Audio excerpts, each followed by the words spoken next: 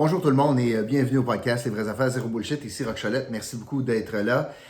Oubliez pas, ça ferait notre affaire si vous pouviez partager le podcast, commenter, liker, interagissez, ça ferait notre affaire. Je vais vous parler de notre commanditaire à la fin du podcast et je veux tout de suite aborder les sujets d'aujourd'hui. Ça tourne toujours sous le même thème aujourd'hui. Je vais beaucoup parler de stratégie politique parce que c'est de la grande stratégie ce qui se passe, quand on voit ce qui se passe à l'Assemblée nationale aujourd'hui où il se tient la commission parlementaire, premier jour de 2, concernant l'obligation vaccinale pour le personnel de la santé. Alors, je vous explique. Le gouvernement a annoncé la semaine passée, là, après plusieurs pressions, que finalement, on était pour avoir une commission parlementaire puis entendre des experts à l'Assemblée nationale concernant donc l'obligation. Le gouvernement a décidé cela, l'obligation de vaccination pour les employés de la santé, les gens qui sont en contact avec les patients pour plus de 15 minutes.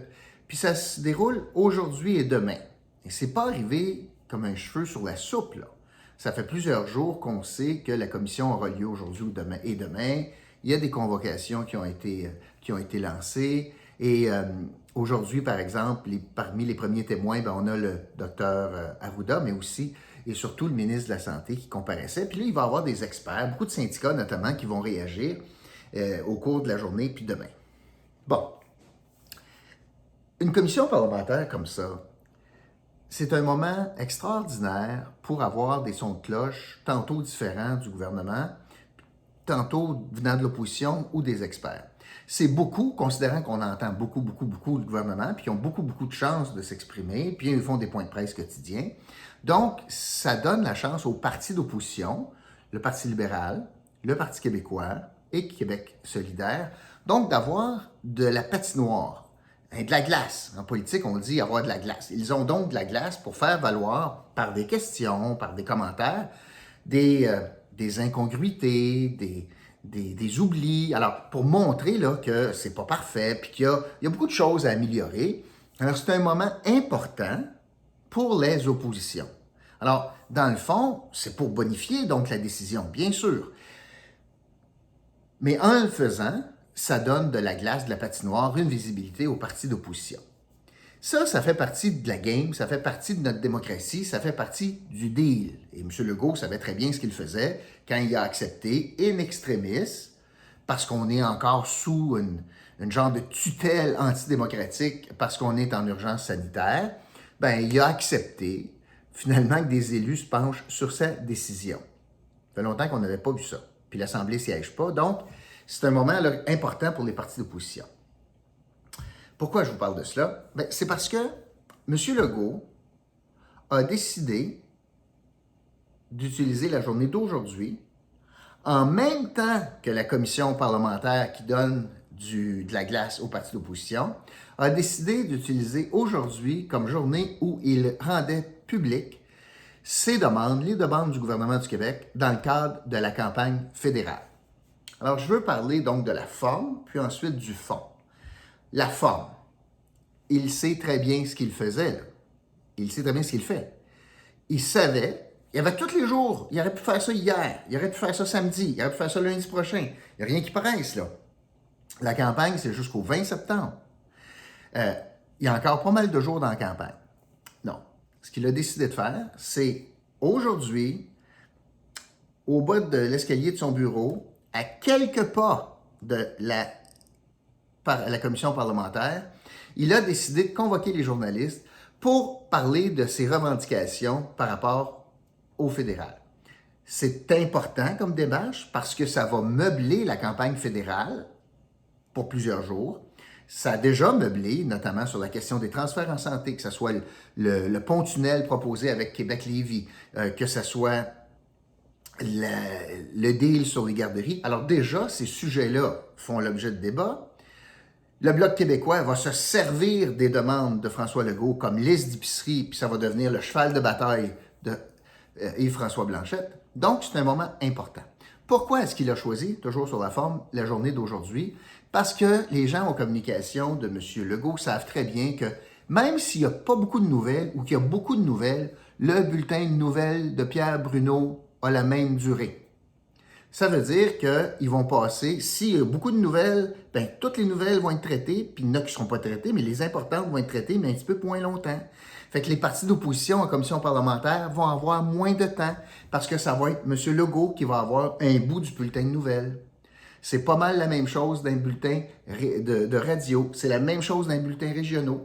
C'est donc une stratégie pour occuper de la place médiatique plutôt que de laisser donc toute la place aux commentaires des oppositions en commission parlementaire.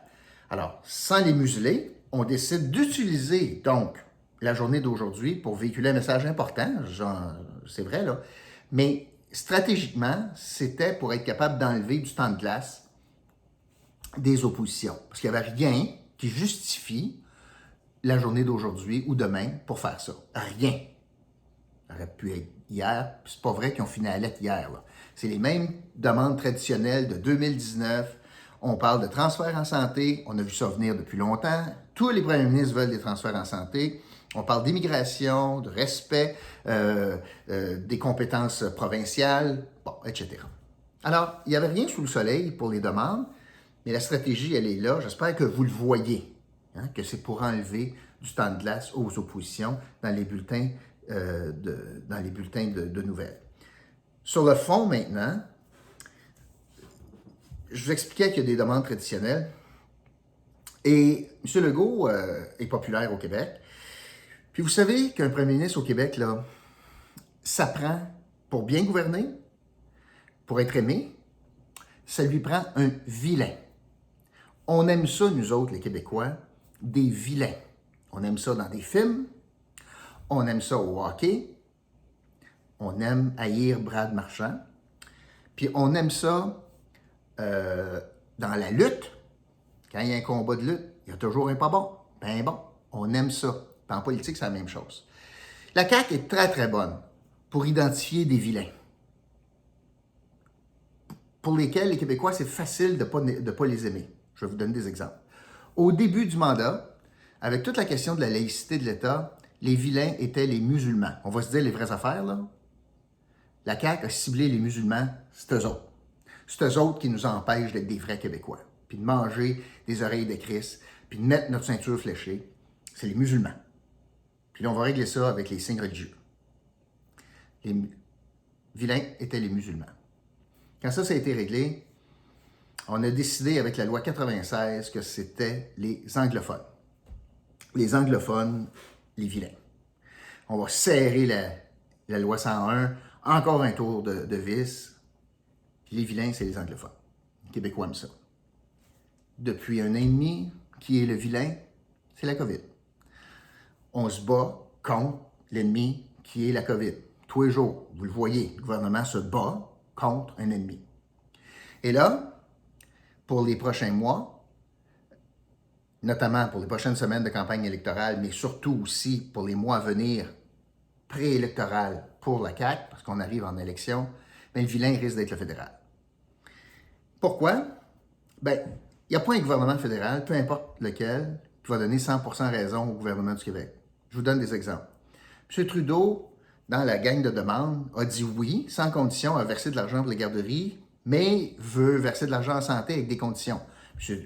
Legault dit, ça n'a pas de maudit bon sens, ça. M. Trudeau dit, je ne suis pas sûr pour le pont-tunnel à Lévis, Québec. Là, M. Legault dit, ça n'a pas de bon sens, ça. D'un autre côté, les conservateurs disent, en santé, pas de conditions. M. Legault applaudit, mais ils disent, nous autres, on retire notre signature du chèque concernant les garderies. Pas ça qu'on veut faire, nous autres. C'est envoyer des chèques au monde, pas construire des places.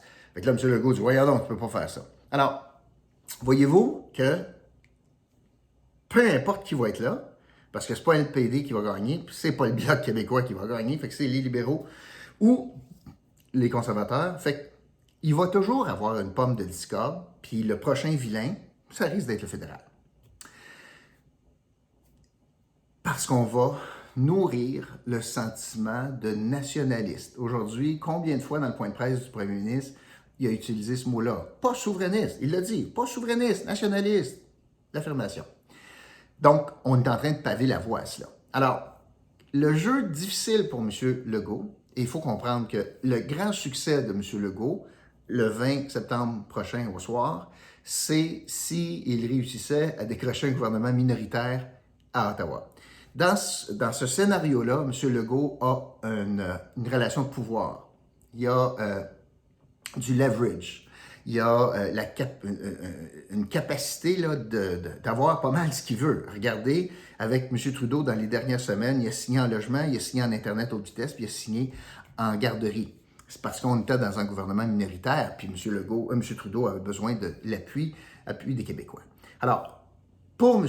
Legault, la présence d'un gouvernement minoritaire est saluée, et c'est salutaire pour lui. C'est une bonne idée. Et peu importe lequel, que ce soit libéral ou conservateur. Par contre, il faut comprendre le risque qu'il court, puis là, c'est pour ça que le dosage est important. Le risque qu'il court, c'est que s'il est trop dur avec les deux têtes d'affiche, avec les deux partis, puis il est trop tough, bien, il va risquer d'envoyer son vote, le vote des Québécois, vers le Bloc québécois. Si le Bloc québécois rentre trop fort à Ottawa, ça va affaiblir donc les libéraux. Les conservateurs ne sont pas forts. Ce que ça va vouloir dire, c'est que M. Legault va risquer de donner le pouvoir décisionnel de qui formera le gouvernement au reste du Canada, en diminuant le poids d'influence du Québec, si jamais c'est le Bloc qui gagne plus de comtés. J'espère que ce n'est pas trop compliqué, mais si M. Legault réussit, puis il est en maudit contre Trudeau autour, il envoie le vote au Bloc qui gagne plus, donc le choix du gouvernement va se faire par l'Ontario, puis BC. Puis on va être moins représenté, on va avoir moins de poids. C'est pour ça que c'est important de garder un gouvernement minoritaire, puis trouver un équilibre juste correct pour M. Legault. Donc, journée importante aujourd'hui, on a fait des effets de toge, on a tenté donc d'enlever de la gloire puis du temps d'antenne aux partis d'opposition.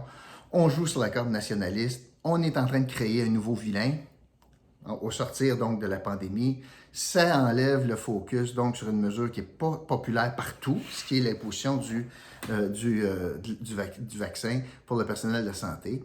Fait que dans le fond, on est en train de disperser l'opinion publique.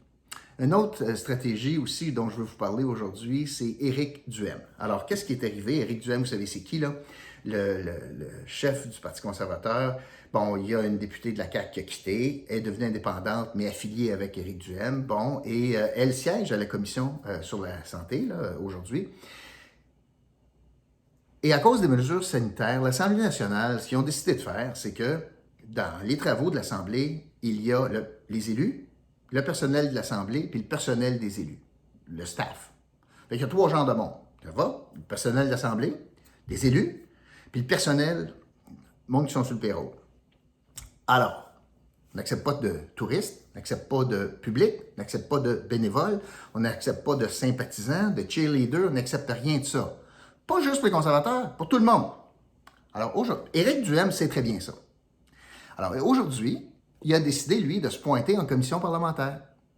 Puis là, ça a jamais, parce qu'ils ont dit, ben, il est quoi, lui? Il n'est pas sur le payroll, il n'est pas employé de Claire Sanson, il n'est pas son employé, c'est un bénévole, il se décrit lui-même comme bénévole. Ben, les bénévoles n'ont pas d'affaire là. Fait qu'il s'est fait sacrer dehors de la commission parlementaire.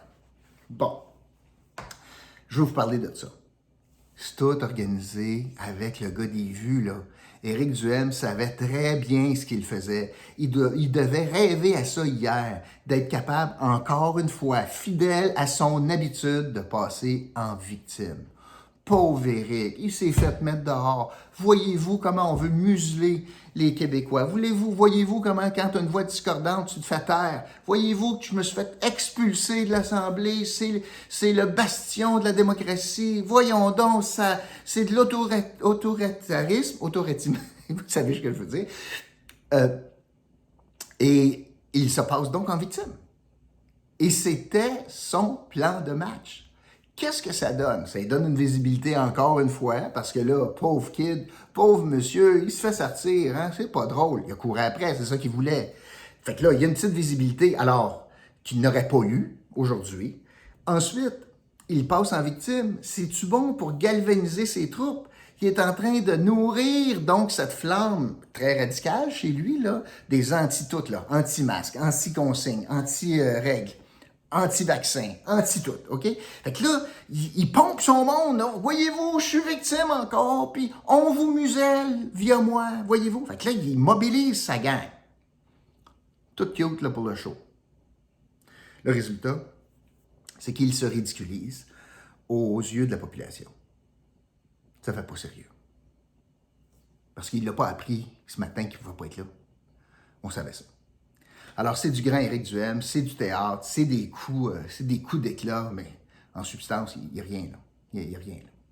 Fait que c'est ce que je voulais vous dire aujourd'hui. Udemy, c'est mon commanditaire de la semaine parce que vous pourriez suivre des cours en ligne vraiment extraordinaires. 155 000 cours en ligne, différentes langues, français et anglais notamment pour nous, et toutes sortes de choses, que ce soit en informatique, en business, en affaires, que ce soit en, je sais pas moi, en cuisine, que ce soit en photographie, que ce soit en jardinage, mécanique, auto, name it! Et il y a quelque chose pour vous, très, très abordable, puis c'est bien structuré. Allez voir ça, le lien est dans notre description. Udemy, U-D-E-M-Y.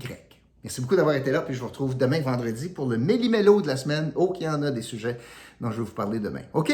Un rendez-vous. Salut!